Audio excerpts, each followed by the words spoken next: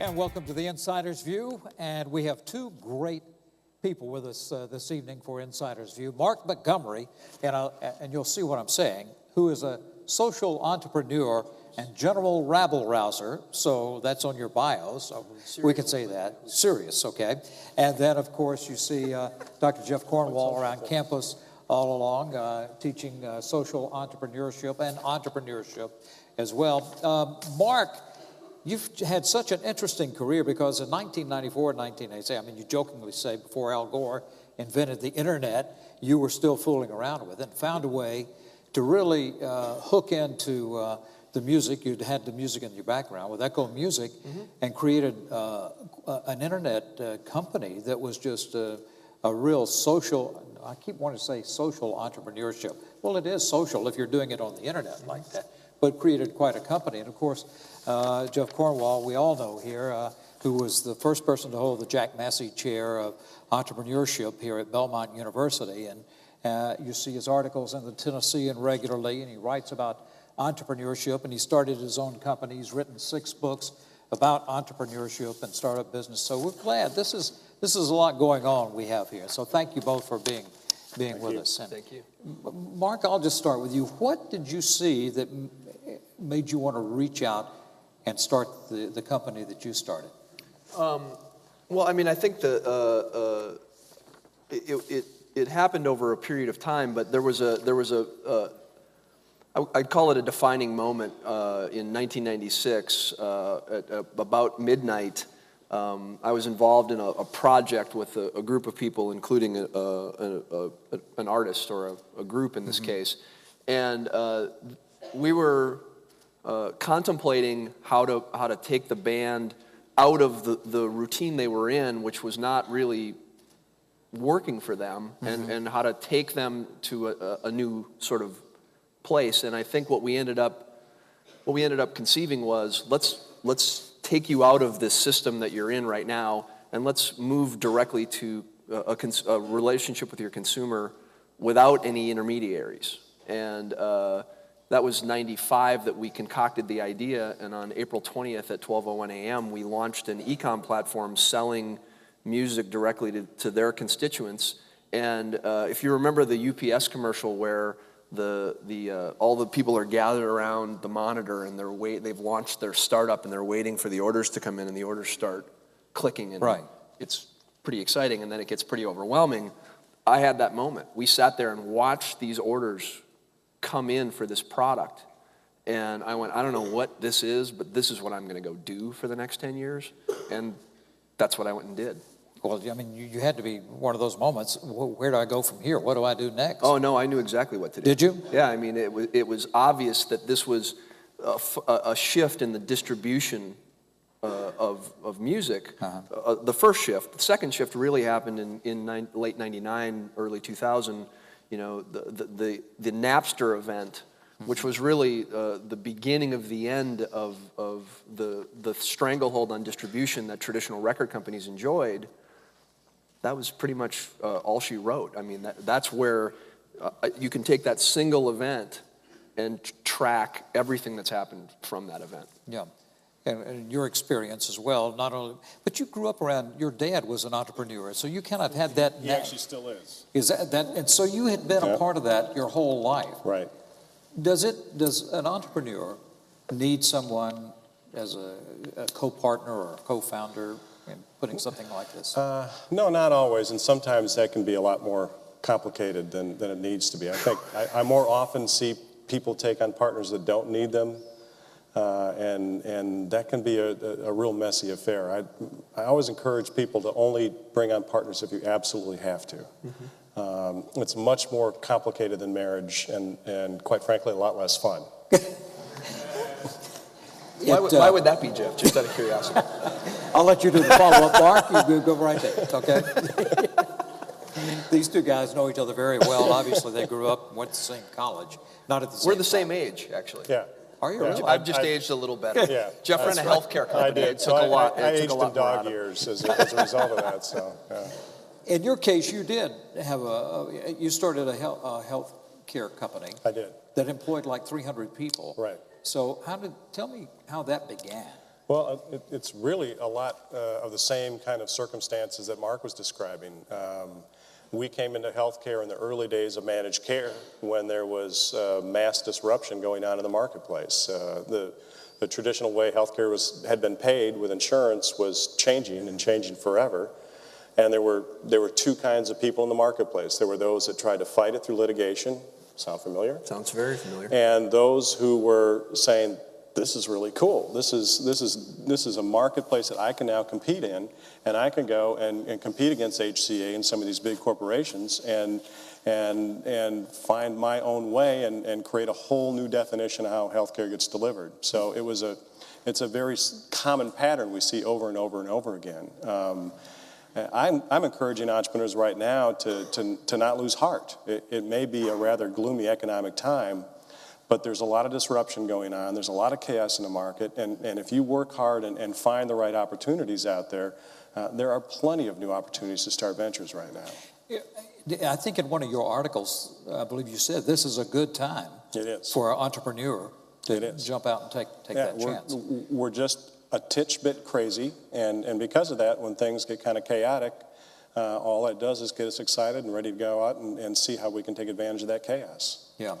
Jeff mentioned something about litigation, and certainly in your startup and delivery Here we go. of music. No, I think we need to talk about that because this was a new platform, a new way to deliver stuff. Talk to me about that and what you had to navigate through there. Well, I mean, specific to I don't think it's any secret that it's pretty well established at this point that suing consumers was a bad plan for the record business.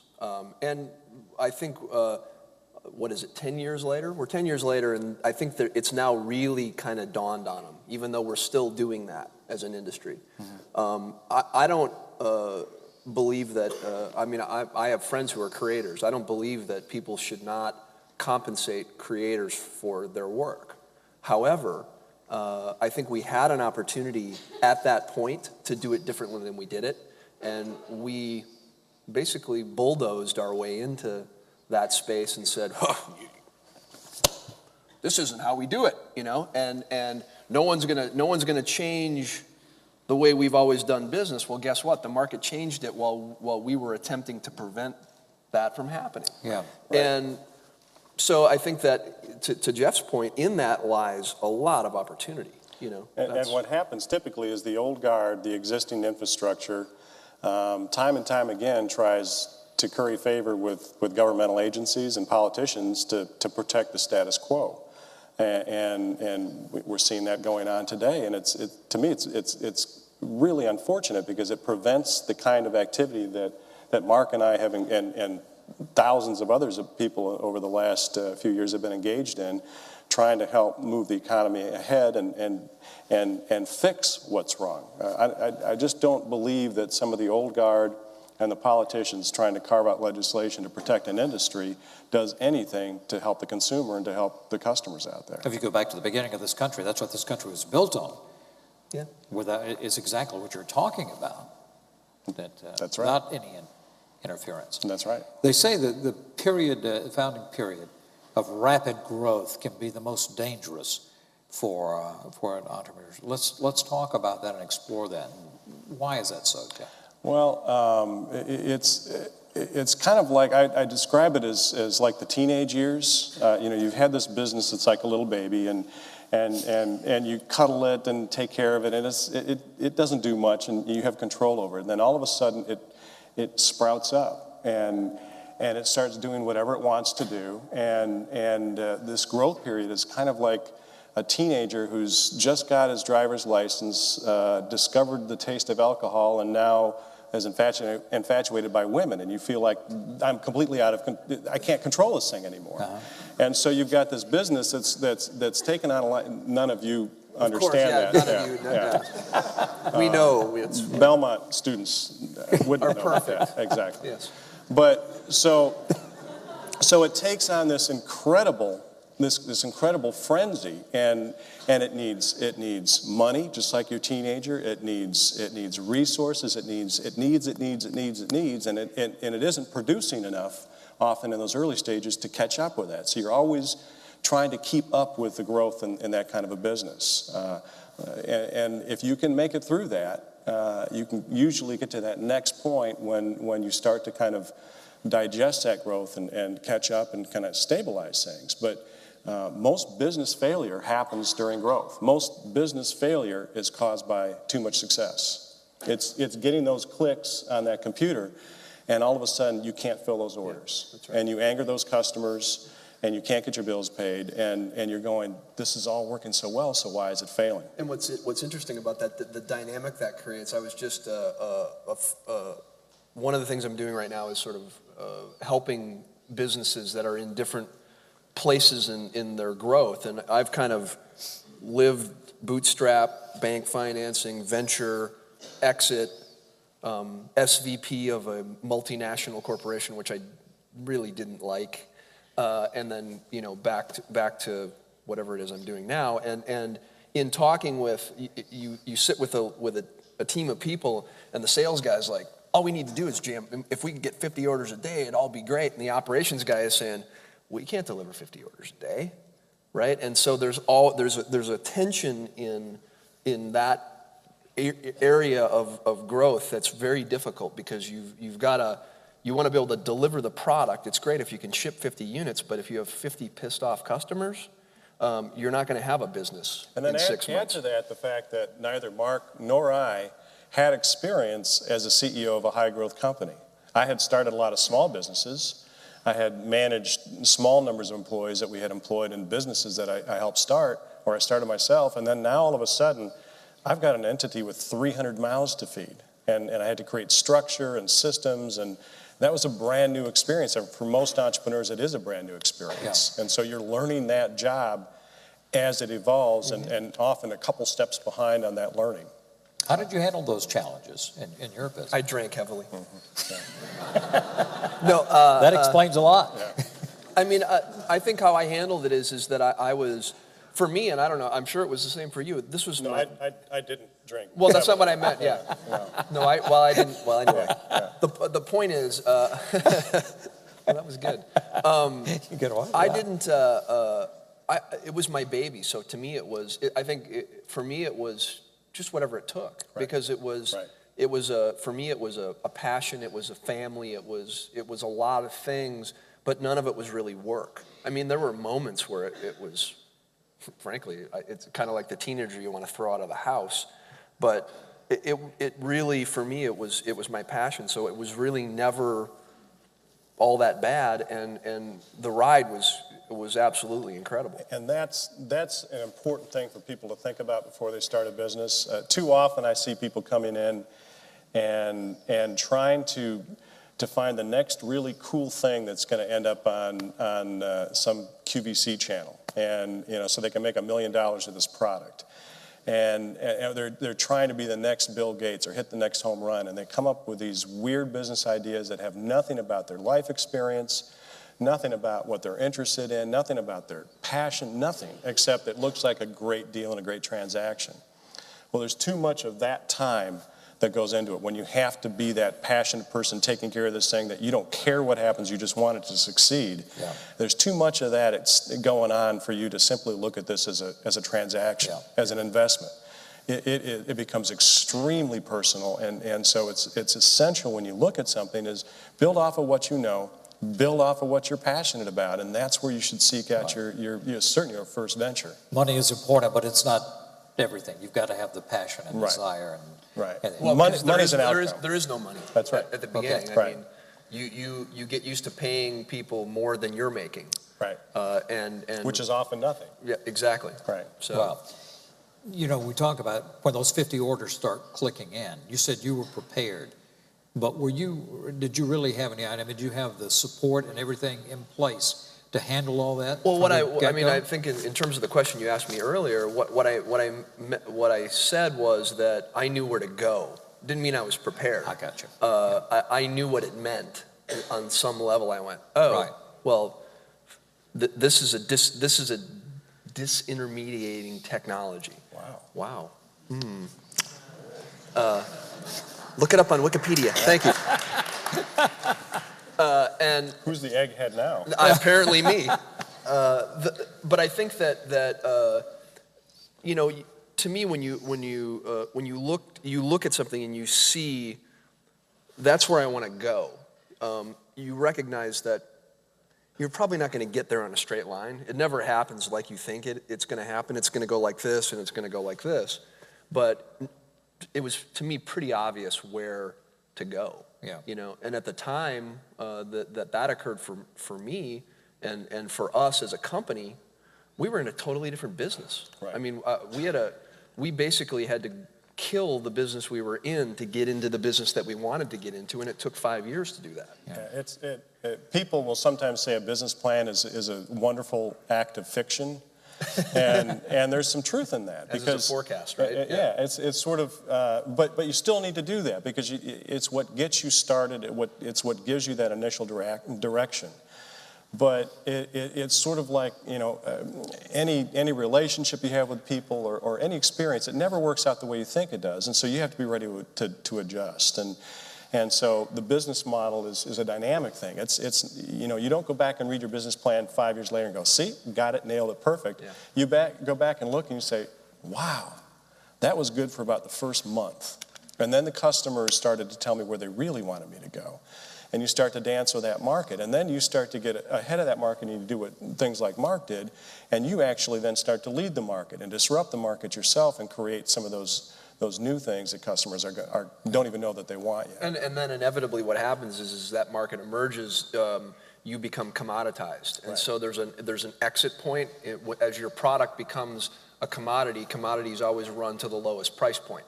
So at some point, innovative businesses become commodity businesses that you really kind of want to get out of. Right. And I think that's another thing that a lot of entrepreneurs don't recognize. They think that it's always, you know, then you become the system and you don't want to see it change, you know, and so it's a constant recycling. But change is what got you there, and it's never going to stop. Yeah, and so I think you have to be living in that is a big part of the key. That's why so many entrepreneurs end up being serial entrepreneurs like we have, is these things have a certain life to them, just like any product.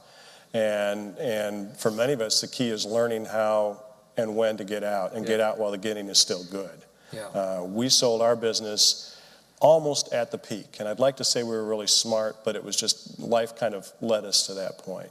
Had we sold a little bit earlier, or definitely if we had waited an extra year or two, our exit would have been a very, very different event and a lot less profitable to all of us that were involved. And every business has that course, and particularly in today's world. A good friend of mine described today's economy as permanent whitewater. It never stops churning, never stops changing, never slows down to give you a little peaceful time to kind of manage things and just let the cash flow and things stabilize. We haven't had that kind of period since at least the 1980s in America, and probably won't now for another 10 or 20 years given what's happened. Yeah. Echo Music, did you realize it was time to move on, like Jeff was talking about? Well, I mean, yes and no. I think that it wasn't so much a realization that it was time to move on. It was a realization that this thing has either got to go big or it's got to go home. Right. And that's what you're saying. Exactly right. And so, you know, I think that you create thinking about feeding 300 mouths, you create a monster that has to continue to grow at some point. And I think that so for us, we were also fortunate from a timing perspective. That, you know, we accidentally exited at the appropriate time. You know, I learned a couple of valuable lessons in that exit that I've even been able to apply very recently to other businesses. I'm on the board of a company, or was, that just got sold, and I was able to take that experience that happened very recently and apply it in some of the discussions we had as the company was sold. Yeah. Your background obviously is in the music business. You run studios and all. Why do you think in the music industry there's so many entrepreneurial businesses that are starting up? From my perspective, it comes from all the change and chaos that's at work right now. We have technological disruption, we have economic disruption, we have cultural and social disruption that's going on in the marketplace, and all of those are are shaking the foundations of the traditional way that things were. And so you have dinosaurs kind of stumbling on their feet trying to deal with this rapidly evolving ecosystem. And all these little mammals are scurrying around and evolving and going, this is really cool. We're going to thrive in this environment while the dinosaurs are about to die. They don't move as quickly, No. They can't. They can't. Yeah. Did you experience some of that? And you see that as well. Well, I mean, I think that it's still happening today. I was in a conversation today, and I guess it can remain nameless, but they said entrepreneur was negotiating with a large record company about something, and it was interesting. I said, let me guess. They've tried to change the deal. It's not going as fast as you want it. Now they have to push it to New York. And I gave him a list of things that I kind of owned that T-shirt about 100 times. Yeah. And he's like, yeah, pretty much that's exactly what's happening. I said, so here's my recommendation. I might not waste any more time having that conversation because you're not going to get anywhere. You're gonna burn a year and come away with nothing. So why bother? Yeah. We'll see. We'll see if they... Jeff, are there more entrepreneurs out there today, or are we just hearing more about them? No, there are more.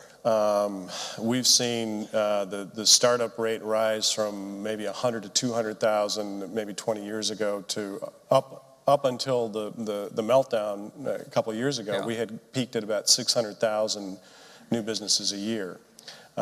We've seen the economy go from about 20% supported by small business back when you and I got into the workforce to probably, I think it peaked at around 51-52% of the economy was being driven by small businesses and entrepreneurs just a couple of years ago. And that's going to hopefully accelerate. And I say hopefully because every past recession, it's been entrepreneurs that have gotten gotten us out of that recession. Yeah. And we need them to do that this time. We need that entrepreneurial spirit to rise up. The other thing that's kind of interesting is that this generation is much more entrepreneurial than any generation that's preceded them, by far. Their attitudes, their orientation, their career outlook. The typical college freshman class coming in, when we survey them, over half of them have owning their own business as a major career goal. That's part of the reason they're in school. That wasn't even on the radar screen for most of us back in the 50s and 60s and 70s. It was like, no, we go to work and go to a big corporation and retire. And work 30 years, get a gold watch. That's it. Yeah. That's Sounds it. like fun. Well, it was what it was. And I never did that, thank God. And these guys generally are kind of going, yeah, right, that's not going to happen. And so they have in their mindset this entrepreneurial notion. And so it makes my job a lot of fun. It makes it busy because we've got kids not only in our program, but every part of campus we work with kids. That makes it more important too. Well, yeah, and I think that, also not constrained geographically, better tools. When you look at what's happening right now at the age that the audience is, it's arguably the best time ever, excuse me, to be an entrepreneur. And we can teach them. Back when I did my first businesses back in the 70s, the word entrepreneur was not anything, I'm sure I had never used that word before. Didn't know what it meant, never heard of it. No. And certainly it was nothing that was taught in business schools. Now fast forward a few decades and we not only have entrepreneurship majors, but at Belmont, starting in the fall, we're going to require every business student to take a course in entrepreneurship. It's become that much a part of the fabric here. So not only are they more entrepreneurial, but they're better prepared. And when we compare those who are better prepared versus those who've had no preparation, the startup rates go from about 50% in the general population, last about 5 years, to about around 80 or 85% survive 5 years when you've had some adequate training and preparation. Neither one of us had that. And what's interesting is he and I we've been having a lot of discussions lately, and one of them was around looking at the curriculum that he's put forward and how they actually teach what I really intrinsically knew but didn't know I knew. when we were clipping through that list, I'm like, okay, I could pass that class. I was trying to think about what grade I'd get in those individual classes. C+.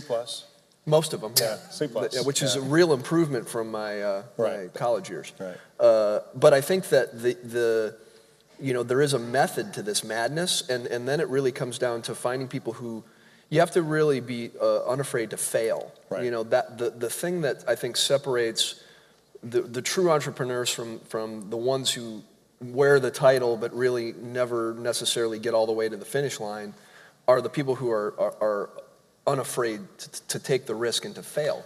That's my absolutely, and failure's really not that bad. No, it's really not. It sounds awful, but it's not. And you fail and you pick up and do the next deal.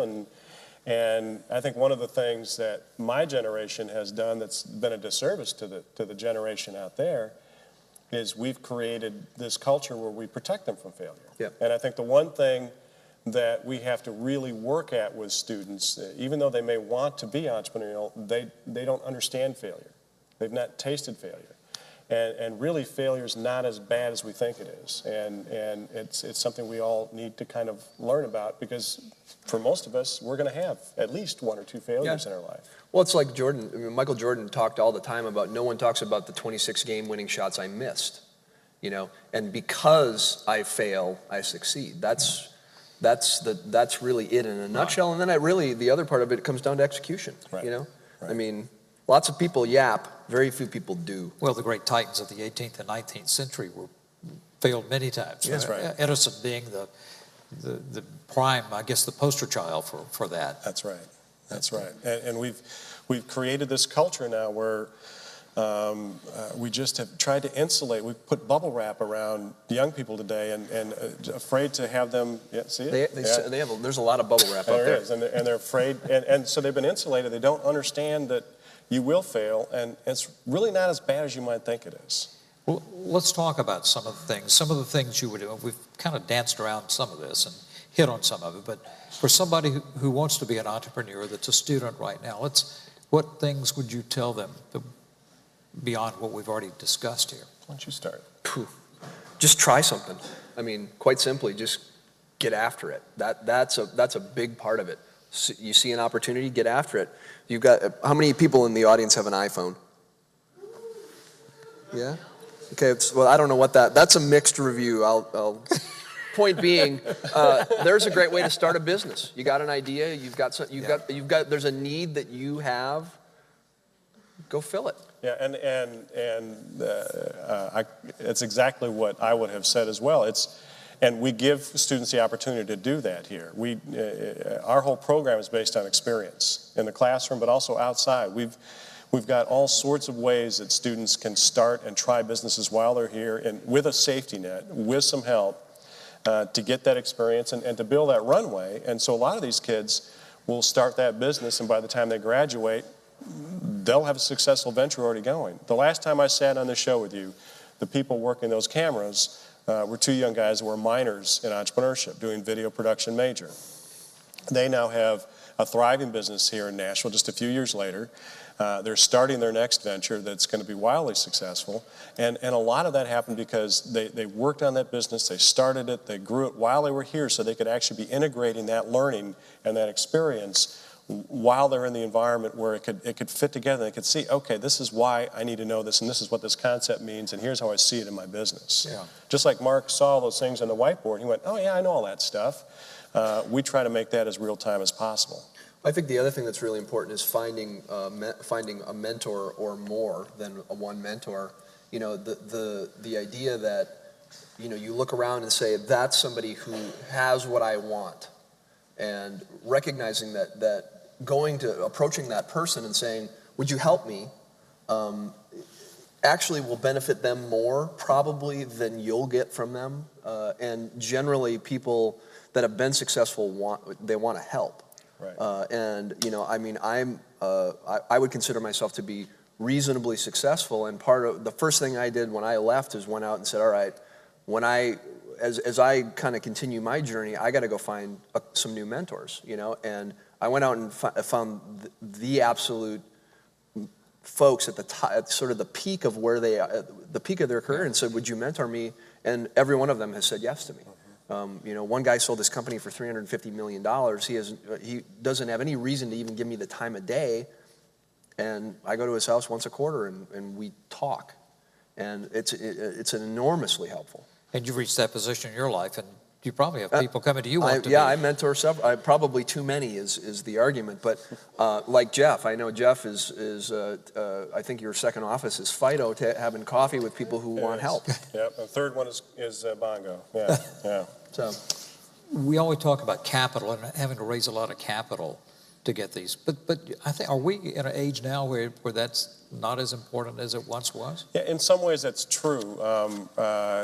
You absolutely had to raise capital back in the 1900s because we were an industrial nation, and so the first few businesses I did with my dad, they were manufacturing. We made cardboard boxes and we made things like that, so we had to raise money to lease a factory and buy some old machines. You still bootstrapped. I mean, we didn't buy new stuff. We went down and found some old machines and brought them up and cleaned them up and greased them up and painted them and got them working. But you still had to have more capital. And even in the early stages of the technology age, the stuff was a lot more expensive. It's just not anymore. Everything's cheap. It's so easy to bootstrap, and it's so easy to go virtual with so many things you need early on, that it makes that entry a lot easier in terms of capital. And I think all along, though, people overplay the importance of raising money in the early stages. I think it's worse to raise too much money than not enough. You can find a way to get by and bootstrap when you don't have quite enough, but you get too much money in and it just causes mischief. You build up your overhead, you spending money on things you don't need, and it's kind of artificial cash flow that can't support itself. You have any comment on that? Well, I mean, I think that, I agree with Jeff. It really depends on, there's a couple factors, I think. If you, in a perfect world, you go out and get a contract before you have a business. You pretty much can't beat that. Right. When you take money, the dynamic is immediately different.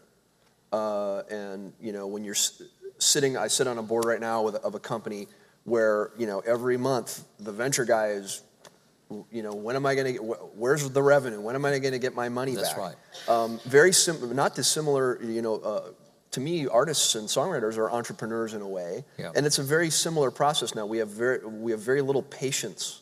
So if you've got something and it's going to take some time to develop, if you've got money in play, there isn't any time. That's right. And so as a result, I think I see guys that I work with spending more time preparing P&Ls and for the board meeting than they are working on the business, and that's just really not. It's just not really that smart. Yeah, and to just put a little more clarification on that, what Mark's talking about is that most of these investors have a very short time frame that they want to get their money back. And so they invest in a deal, they become your partner, they own part of your business now, but they want to get that cash back in full, and usually times five what they put in, and within 3 years.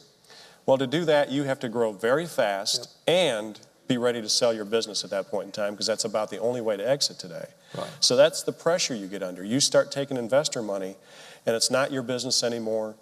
It's not your objectives anymore. You're now a slave to those venture people, and I've got several of my students have taken some venture money, and almost all of them kind of look back and say, boy, I wish I could have found a way to do this where I didn't have to do this, because it's not my business at this point. It's like I'm working for these guys, meeting their goals, not mine. So the more you can bootstrap, the longer you can wait to get other people's money involved, the better. Are these some of the things you learned from working with your dad? Because, as you said, there was no place to teach guys of our generation. And I had the benefit that my dad grew up in the Depression, and so he really understood failure and got me very comfortable with failure and got me understanding that failure is, you suck it up and you take what it gives you. You don't skirt it. You don't go bankrupt. You don't do anything. You deal with it and you move on. And he also was very skeptical about taking a lot of money because he saw what banks could do when banks got in difficult times, and knew what investors could do. So yeah, he was kind of the original teacher of the bootstrapping techniques for me. This economy that we're in right now with job loss, we were talking about the number of entrepreneurs now. That, I'm sure, has created a lot more people wanting to do and pursue their dream. Right. Well, some, and some are just trying to pursue income. And there's some accidental entrepreneurs and some desperation entrepreneurs out there, as I like to call them. Work. Right, and a lot of them won't work, and what we're going to see is a ton more self-employed, freelancing kind of people out there. We're already seeing the evidence of that. If you look at the employment data, it went down to 9.5% unemployment this last time, and yet there were huge job losses. Well, how do you have job losses and yet a drop in unemployment? It's because they left the ranks of people looking for regular work. They're out freelancing now. They're out self-employed, and so we're going to see more and more of that in the economy. Agreed. We talked about starting a business and then selling it. So do successful entrepreneurs require multiple businesses? Meaning, can we help ourselves? Yeah. No. I mean. So it's just in your DNA. Yeah. No, it's worse than that. Well, and I think that for me, you know, I made the transition from, you know, chief cook and bottle washer, you do everything, you know, when you're to sort of managing a small team to managing a small team that managed a large team, and then going from, you know, really completely independent, sort of charting our own destiny to welcome to having a boss again, you know, and I did that because I wanted the experience and because I believed in the sort of the vision that who I went to work for was extolling, and then I got to learn some hard lessons, that's a long conversation. Yeah. But I recognize that I'm a builder, and that was a big realization for me that I'm not really that interested in hanging around once it's built. Yeah. So and I was very fortunate. Nobody ever wanted me to hang around, so that was a good thing. So. Yeah, I could argue that I wish that was the case for me, but at the end of the day, that was a big realization that really came out of, in a lot of ways, a failure. Right. You know, and so now I'm coming out of that. I have that piece of information that's going to be helpful as I contemplate what I do next, and not positioning. You know, one of the things I got really comfortable with that took me a while, and I don't know what your experience was with this, but I always wanted to be the smart guy in the room because I was not secure in my own abilities. And as I got more secure in my own abilities, I adopted a mantra, which is I want to be the dumbest guy in the room, because I will always rise to the next level. And once I recognize that, you know, I don't have to. My next business isn't going to be built around the idea that I have to be in it. It's going to be built around the idea that it's a solid business idea and that I can exit it and it can continue with or without me. That was a big lesson that took, you know, really a difficult situation to teach it to me. Right, and you'll get more value out of the deal doing it that way because it has more value if it can go on without you. Yeah. Deals are from the word I use to describe it is they're incredibly addictive. Yeah. It is, and the more of them you do, the more you crave, and to the point where it can be destructive. And I've known many an entrepreneur who have let the addiction of the deal kind of, even though they financially are successful, they're not very successful in a lot of the important ways we should be measuring success in our lives. So you have to be careful about that.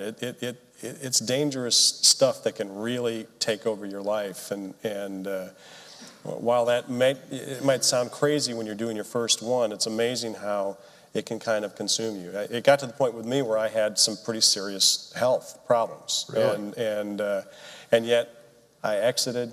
They didn't want me to be in the business, and so the next week I was going to go out and do the next deal. I had the money, I had the team, I had everything all set up.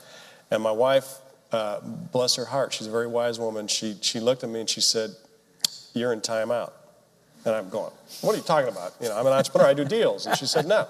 She said, "You're not doing any deals for 6 months. I don't care what you do, no deals." And she knew that I needed that time away. She knew I needed time to kind of step back and think about things and she said, if in 6 months you're ready to do that deal, great. It'll still be there, or the next one will be there. But you need to make sure that this is where you want to go next. She said, because you're being impulsive about these things now, and that's what can happen. Yeah.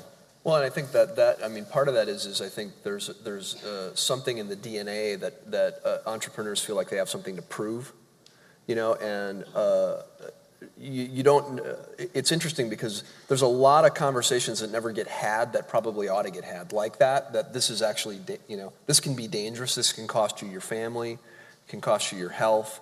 There's a lot of you pay a very heavy price to go do what we both did. And as a result, even though it is kind of a drug, it's like, oh my God, I got to get right back into the game. And my lovely lady would tell you that I'm the busiest retired guy she knows, and it's really true. I if I'm not doing something, I feel like I'm not productive. It's very difficult for me to just sit on the deck and have a glass of wine without thinking about how do I go disrupt the book business. And I think it's because it's become so consuming and it becomes so much a part of your life that there's no room for anything else. Yeah. It's like my wife said, just stop and realize I'm tired of this cardboard cutout at the kitchen table. You got a couple kids in the next room, might be good to get to know before they grow up and get married. You got this bride here that would really like to spend a little bit of time with you, and you don't really need a lot of money right now. So why are you doing it? But it becomes, it can crowd everything out about you if you're not careful. Well, it's the idea that you build your life around your career, and some people. I came awake to the idea that although I know I will struggle with this, I'm going to build my career around my life this time. Well said. And that's going to be very difficult because it is, and it's one of the things that we do in our program from day one. We insist our students think about not just the money they want to make in life and what they want to do, but what else is important, and how do you engineer a business model that can not only meet your financial goals and aspirations, no matter how big they are. I mean, you might want to rule the world, and that's great. But if you want to have a family and you want to have time for this, you want to sit down and play your guitar, you want to travel, you want to sit down and have a glass of wine every night with your wife when you get home, you've got to make sure to engineer that in because you control your destiny as an entrepreneur. And you determine how far this thing goes. Some great advice. Thank you both for being here, Mark Montgomery and Dr. Jeff Cornwall. Great program. Thank you. This has been a production of the Mike Curb College of Entertainment and Music Business at Belmont University and Nashville Public Television.